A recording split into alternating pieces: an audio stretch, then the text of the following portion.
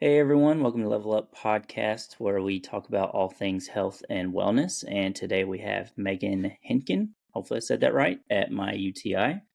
So hey Megan, how's it going today? Awesome. So I guess let's start. I'll just keep it pretty broad, kind of who you are and what you do. A little bit of background on myself. So, I have been in the healthcare industry for the majority of my career, focused in areas of clinical diagnostics, everything from infectious disease testing, STIs, um, a lot of molecular diagnostics, oncology, women's health. So, the joke is I've pretty much spent the same 4 to 6 inch region in my career, is where I've been, but I really do enjoy it. And actually, launching my UTI is really kind of a culmination of all the areas that I've been in the clinical diagnostics space. And at MyUTI, we are a platform that provides access to advanced testing for urinary tract infections. So we are looking to serve those individuals that have recurrent and chronic UTIs and are really looking to understand the root cause of their repeat infections. Got it. Okay. So it kind of sounds like you were in the, I guess, mainstream medical system for a while and now have branched off into MyUTI and kind of specialized in that. Yeah, so I worked for Quest Diagnostics for a long time. So definitely saw the way large national laboratories work and run. And then for the last decade, just over, I've been working with emerging technologies. So companies that are looking to really innovate and push the boundaries in different areas of medicine, or are just looking to open up new, I guess, commercial channels or serve different patient populations with their diagnostic tests. Got it. Okay. So UTIs, I have someone that was close to me that has, I mean, super frequent, like got UTIs all the time, had like 7 kidney stones. Their diet wasn't terrible. Or I guess let's step back before we get into that. So my UTI, you guys do the testing. Is that all you guys do? Is like you do the test, get the results, and then do you do any kind of like, hey, we recommend that you stop drinking all the sodas or stop doing whatever? Is there any aspect of like coaching and what to do after the test results, or do you guys just focus on the test results? Currently, we are just focused on the testing. So the testing that we provide is PCR based. So a lot of people are familiar with PCR, coming out of COVID, right? You could Mm-hmm. either get a rapid test or then you would get a PCR test that was a bit more sensitive to really understand what was going on. So we use PCR diagnostics. That helps us for a number of reasons. One, the speed in which we can turn around results is much quicker than a standard culture test that people get. We can also look at a wider array of pathogens or culprits that may be causing a urinary tract infection.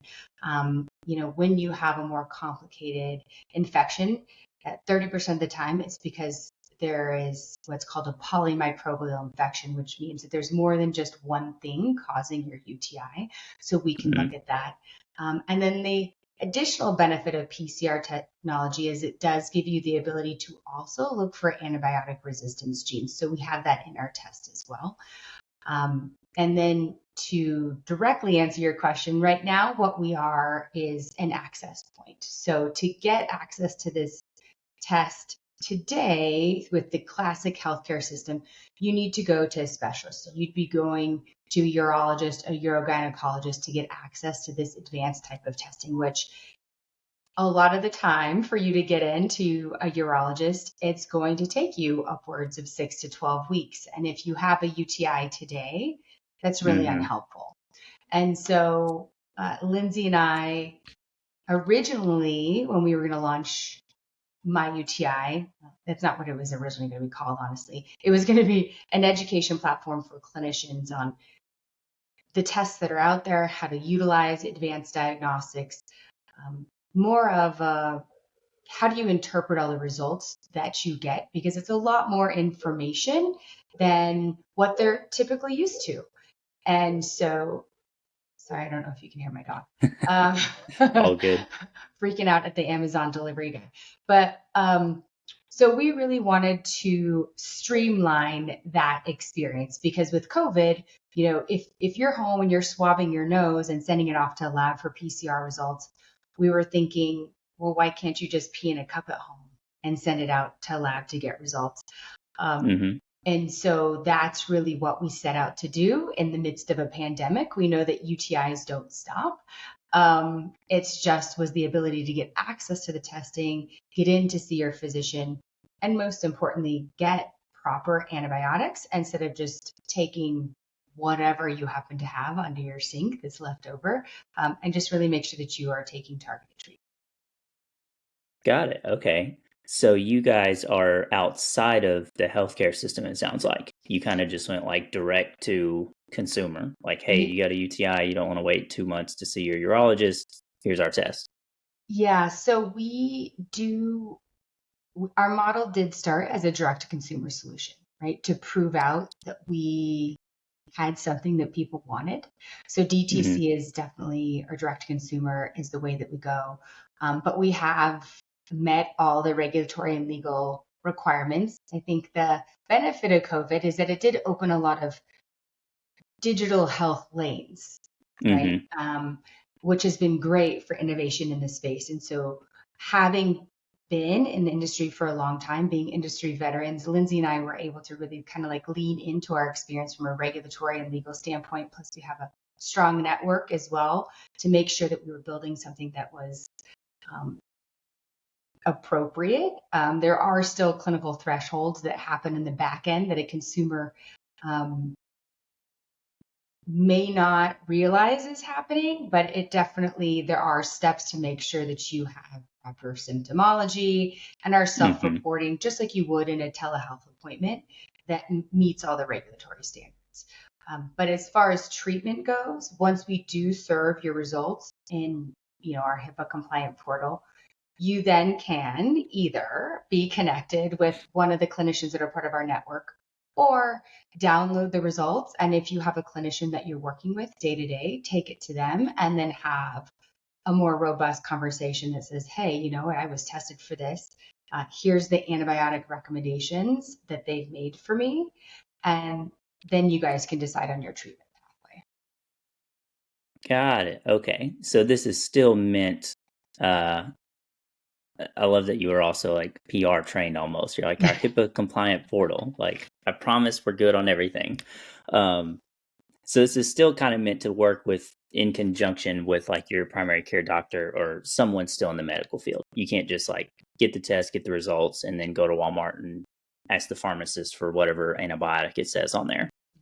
Yeah, I mean, I know Walmart and Target would love to be able to just do their own testing and hand you out more antibiotics, right? But yes, we do provide what is an easier way to see what's going on in your lab results, both for you and for your clinician. So we use an AI-driven antibiotic recommendation. So it takes what's found in your sample and then looks at current research, algorithms, any antibiotic sensitivities that you report. If you're pregnant, right, there'll be different antibiotic recommendations. So that cover sheet, if you will, is given to you along with your lab results, and that is what you can take with your clinician to have a conversation. We do provide, generally speaking, 3 to 5 antibiotics, and we go really from the least aggressive to the most aggressive because I think the biggest thing is that what a lot of women or individuals experience is that when you do take a broad spectrum antibiotic, not only does it get rid of your UTI, but it also completely blows out your gut, right? So you end up with a yeast infection or diarrhea or all these Mm, other things that are going on. And so we want to make recommendations for antibiotics that have the least amount of adverse events as well for the individuals. And we're cash based. So we do have partners that are also healthcare providers that are cash based. We work with Sesame and Dr. B, which are great telehealth platforms where within 45 minutes, you can be on the phone with a provider they're overlooking your results from MyUTI, and then they call in a script for you. So it's all very seamless. We want to make sure that you are getting healthcare where you're at. I think that's the biggest thing, is the shift really from COVID and with telehealth platforms and all these apps that we're using today, is people want healthcare to meet them where they're at. And healthcare as a service, I think, has a long way to go still, to meet people's expectations. Got it. Okay. And when you say cash based, you just mean like pay to play, basically? Like, hey, if you don't want to wait 2 months for your insurance to pay for your doctor to look at this, we have a guy in an hour that can look at it for you. It's Is straight that what up that means? cash. No, cash based means you come to us and it's $199 and that's what you pay. And then same thing with telehealth providers. They'll tell you what the cost is for you Okay. to, it may be $25, it may be $50, depending on the level of physician or nurse practitioner that you choose to see. Got it. Okay. Definitely seems affordable. I think even with insurance and copays and stuff, it's probably pretty similar to what you pay anyway, but without the wait. So as far as, I mean, yeah, even me, like I have some heart problems and stuff, and it's always like 2 months out to see my cardiologist and all this stuff. So I can imagine with UTIs, it's similar timelines. Plus, you're actually like in pain. I've never had one, but from seeing my ex-wife go through like 50 of them, they don't seem fun. No, they Um, are not. so how long does you guys process? So like I get a UTI this morning. I go on the website, I'm like, I need this test, order it. And then from like me, say this morning, figuring that out to getting results, talking to someone, what's that timeline kind of look like? Yeah. So if you were to order your test today, and then decide that you wanted it delivered next day, you can choose that, right? So order this Okay. morning, uh, your order would be processed today. It would be at your doorstep tomorrow morning. So then you would collect your urine sample from home tomorrow, and then you would drop it off at UPS same day. It would arrive at the lab on Wednesday. We would run the test, and then by Wednesday afternoon, early evening, you would have your results. Wow. Okay. So you basically went from 6 to 8 weeks to within a week, within a Yeah, business week, even. yeah, within a business week. Well, and I think, the benefit is a couple fold. I think another scenario is if somebody were in this situation, then their choice would be to go to urgent care or try and get in with Oh, their yeah. PCP, right? So if you go into urgent care, you've got your copay anywhere from $75 to $150.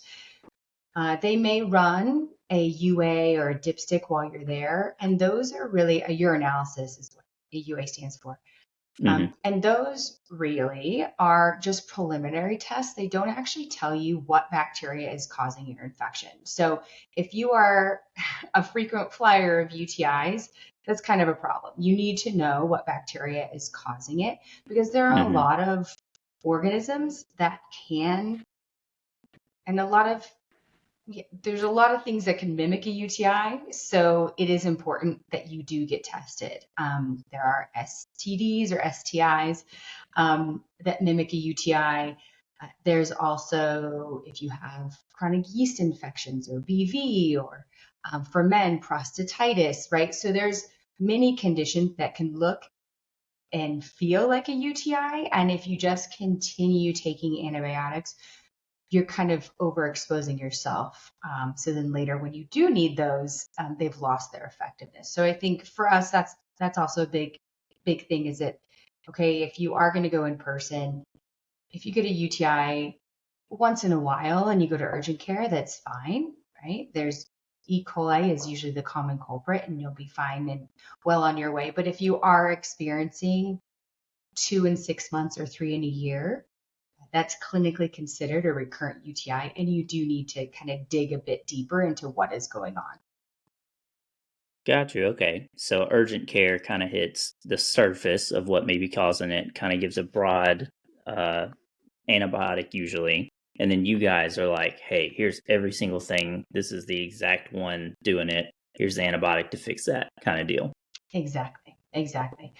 If one of our urology partners, our advisors, she says it best, is that while well-meaning and well-intentioned when you go to urgent care and your PCP, the testing that you get in the office is completely preliminary. So if you continue to just have dipsticks and things like that, and there is no confirmed infection, and by meaning a confirmed infection, that they sent your test out to a lab. So they sent it to Quest, they sent it to LabCorp, and then it came back and said, yes, this bacteria definitively caused your UTI. If you don't have that level of documentation, it makes it really challenging when you do show up to a specialist and want to dig deeper. And so that's where, knowing and advocating for yourself is so important. That, okay, yes, you may walk away with an antibiotic after leaving urgent care, but did they send your test into the lab to get a confirmation that you actually had a UTI? That is what you need to make sure of. Got it. Okay. So I guess in this, does it usually happen where you guys figure out what the bacteria is and then they get an antibiotic and then like it's fixed forever? Is that usually how it works, or are they on like recurring meds? Or I No, know maybe unfortunately. HIPAA wise you can't talk about that, but I'm just curious. I mean, ideal state, yes. I mean, we would love for people not to get UTIs ever again. But the reality is it's kind of like a sinus infection or the flu, right? It is Oh, an okay. infectious disease. Um, Okay. and so it for individuals, it kind of depends what your trigger is, right? So when you're looking at some women, some men in their 20s and 30s, a lot of it is sexual activity, right? So it's just like the nature of the way it works, right? You do tend to get a little bit of bacteria that naturally lives in the skin and in that area around the vulva and the vagina. So it will get around the urethra and head up into the urinary tract and cause a UTI. So that's kind of just the nature of what's going on. There's certain things that you can look into as far as like lubricants that maybe are more irritating and cause more UTIs. It could be your diet, if you're more prone to kidney stones, things like that. So there are things there, behavior modification to be aware of. But as women move into other phases of their life, like around perimenopause and menopause, you're just more susceptible to urinary tract infections because your hormone levels are um, shifting, which then impacts the pH of the vagina. And then because of that, it can contribute to the overgrowth of certain bacteria, which again then leads to more recurrent UTIs or UTI-like symptoms. So you may not have a UTI, it just feels like it, but there's other treatments that you can take that can get rid of that symptomology. So again, we're really focused on get testing and then have a conversation with your clinician so you're not constantly taking antibiotics. Got it. Okay. So yeah, just making sure you really have a UTI and what's causing it and actually fixing that instead of going broad with it. Yeah. I mean, we're not Got it. antibiotic, but just make sure you're taking the right one and not too many. Got it. Okay. So yeah, equating it to like a cold or sinus infection, that makes a lot more sense to me now. So it can almost just randomly happen just from circumstances you get in or something. Got it. Yeah, there's usually some decent triggers. Dehydration is also one of them. But I think one of the biggest misnomers is that it's a hygiene issue. So with UTIs, because they generally are associated with sex, there's a lot of stigma and shame that's attached to that.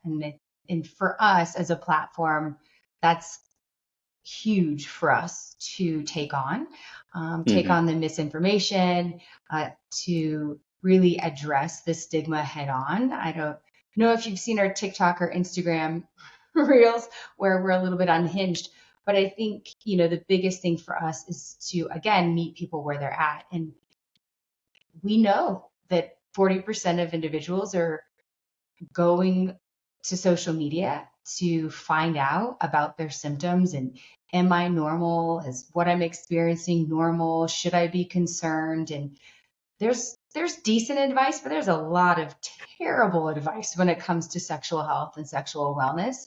And so I think we're really trying to make sure that people know that we're a trusted source, even if you don't need our testing today, even if we aren't the solution for you 3 months from now when you have a UTI, but at least we know that we're educating you properly, that then you can then make informed decisions for yourself. Got it. Okay. So TikTok and Insta, is that at MyUTI? Yeah. Mm-hmm. Okay. Yeah, I love when companies are unhinged. Like Wendy's Twitter, well, I guess X now is like one of my favorite company accounts to follow because it's so hilarious whatever their social team is doing on there. Um, but yeah, I feel you. I mean, I'm 30, millennial, and pretty close-ish to Gen Z. And Mm-hmm. I saw a study somewhere that Gen Z uses TikTok as Google now. Like 80% of them don't even Google stuff, which is crazy to me because I still Google like 20 things a day. But they use TikTok to figure stuff out now. So it's It like you is have to be on social if you really want to even connect with anyone under like 30, it seems. completely. And I was not on TikTok until this whole, until the launch of my UTI.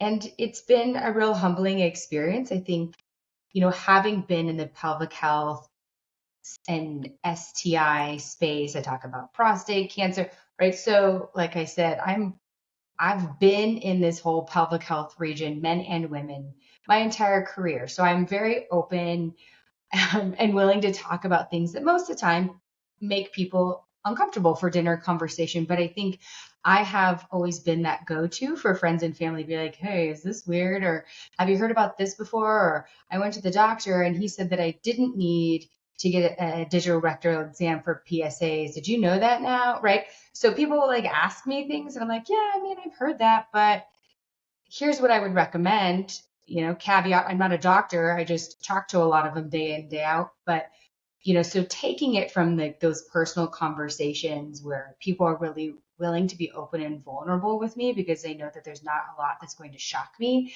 anymore. And then taking it to a social media platform is a whole other it's a whole other world, like, and really having to let down that like corporate polish and veneer that you work so Hmm. hard, right? And then to become like the face of a brand, it's a lot. But I think Lindsay and I really do believe in like our mission and what we're trying to do. And um, I have experienced UTIs from a very young age into my 20s and 30s. And there were so many awful and humiliating conversations with clinicians, procedures I had to go through, and just ridiculous, stupid trope advice that, like, if it were that easy, I would have fixed it by now. Like, I'm not an idiot. I would have, like, Google, right? Well, there was probably no Google by when I mean, if I'm going to age myself, but, it there I sought specialty care, right? I was doing all the things. And then a lot of it did end up falling on me, right? Where I changed my diet. I went gluten free. There was a bunch of other steps that I took that for me worked, right? And it kind of changed my experience, not only with like my urinary health, but like my gut health and things like that. Got it. Okay. Well, that sounds awesome. I'll definitely check out your channels. So if I can ask, we'll try to disclaimer, you're not a nutritionist or doctor or anything. What are like some of the common causes of UTI and like common non-antibiotic things that may be able to help out or maybe prevent them a little better or something like that? Yeah. Yeah. So common triggers for UTIs, number one is sexual activity. Then it's dehydration, hormones. So hormones can be anything from, periods, right? So just the fluctuation there. And then as you move into menopause. So those are also common. We also I would say those are the top, but certain foods can also be irritants. So when you look at spicy foods, super acidic foods, those can be bladder irritants in general for also conditions like overactive bladder.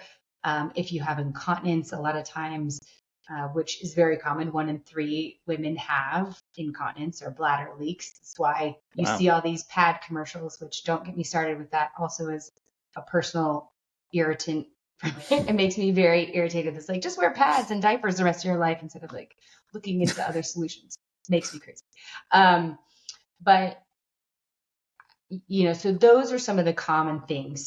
So part of it, I think, for individuals that are experiencing recurrent infections, there can also be an autoimmune component to it. Like if you're more susceptible, right, to inflammation, then like the condition that's called interstitial cystitis. So there's some great nutritionists that are out there that can work with you on not just saying you can only eat bland foods and that's the advice that you're stuck with the rest of your life. I think that there's a lot of different modalities and tools that you can use. So definitely talking to a nutritionist and working through what an elimination diet could look like for you could be really helpful. Pelvic floor physical therapy. Have you heard of it? I have heard of pelvic floor training or something like Yeah. that. I'm big into working out, and I know it's more for women, but I've seen it on blogs and stuff, but I have no idea what it actually does. Yeah. So there are physical therapists that are straight up for your vagina or your penis. It's like what they do. Wow.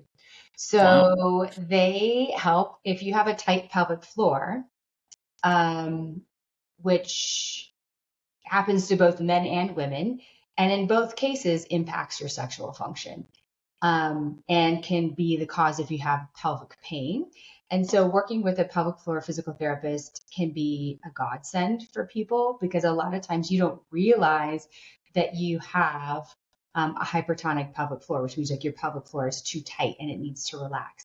That can also be causing UTIs because you can't fully empty your bladder. So that you see that sometimes in men and in women as well. It can also help with ED. So I highly recommend pelvic floor PT if you're having issues. So that's another solution that you can take that's non-antibiotic. Supplements can be good. The most researched supplement is cranberry. And not all cranberry Grandma supplements are was right. well, not the juice. Juice has too much sugar. Juice has too much Oh, sugar. okay. Um, So she did lie. yeah, well, you'd have to chug like 3 gallons of it to even like moderately be impactful. Oh, wow. Yeah, so cranberry supplements, not all are created equal. I know, you go to Vitamin Cottage or Whole Foods and there's like 50 different brands.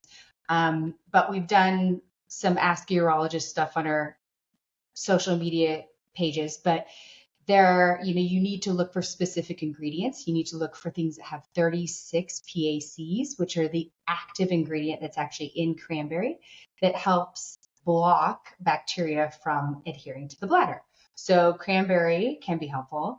The other supplement, D-mannose, which is a sugar, has also moderately in studies been shown to help with the adherence of some bacteria to the bladder wall. So some people find it helpful, others it gives them diarrhea.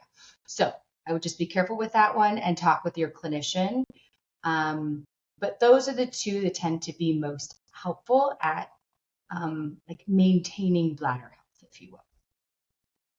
Got it. Okay. So sounds like safe sex, cranberry supplements, D-mannose. Is that how you say that? D-mannose. Mm-hmm. D-mannose. Okay. Mm-hmm. And that's sugar? D-mannose is a type of sugar. Okay. I've never heard that in my life. Yeah. Yeah. Yeah, no, but too much sugar is not good because then that's food Yeah. for the bacteria. But yeah, I mean, like when you say safe sex, I mean, here's the thing, like it's really just about being mindful. So it doesn't mean, there are certain lubricants that can be irritants for people. Condoms can be an irritant, spermicide, right? So it's just being aware of what is that trigger for you. But also make sure you're drinking plenty of water. You need to like flush everything out of your body. It's okay to have anal sex. Just don't go from anal sex to vaginal sex, right? It's okay to use toys. Just make sure that they're clean, right? So I think it's just being more mindful if you know that you are susceptible to UTIs. It doesn't mean that you have to like have sex in like a very sterile, vanilla, square way. It's just be mindful of what it is that's a trigger for you. Okay. So it sounds like there's a little bit of like process of elimination here almost to see like, hey, I've got a UTI every time I've done this thing. Maybe I should do that more hygienically or something. Just clean your toys. Yeah. That's the good simple advice there. I love it. It's I good can feel advice in general. yeah, not just for UTIs. Yeah, I Yeah. agree. Awesome. Well, I've definitely learned a ton. I'm definitely going to check out MyUTI on TikTok and Instagram. Is there anything, any last words where people can see you guys, find out about you? Well, you can find us on myuti.com pretty easy. And I think the biggest thing is we're here when you need us. You know, we are, I think the biggest thing, trying to normalize the fact that UTIs are the second most common infection in the United States. It is also one of the top Wow, reasons that people go to urgent care, their primary care, or telehealth provider. So a lot of people get them. It doesn't mean you're dirty, and it just means that let's get you proper testing, a confirmed diagnosis, and proper antibiotics. got it. Number two, I did not think it would be that high on the list. That's pretty Yeah, crazy. yeah, Wow. it's a lot. Well, if you guys ever need a legit test, this seems like the one to get, and make sure you clean your toys. Life advice from UTI. Awesome. Well, thank you, Megan. Thank you, everybody, for listening, and we'll see you next time. Thank you.